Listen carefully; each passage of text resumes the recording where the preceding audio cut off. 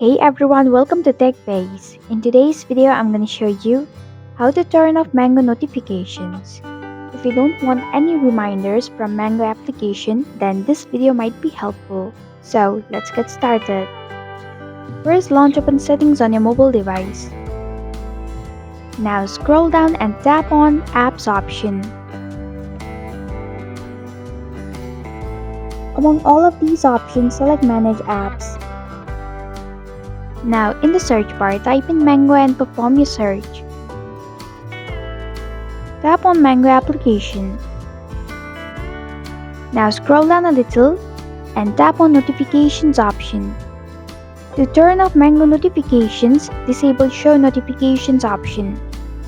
And this is how you can turn off Mango notifications. Thanks for watching TechBase. If you like this video, hit the like button and drop a comment with any questions or feedback. If you are new, subscribe and click the bell icon to stay updated on the future videos.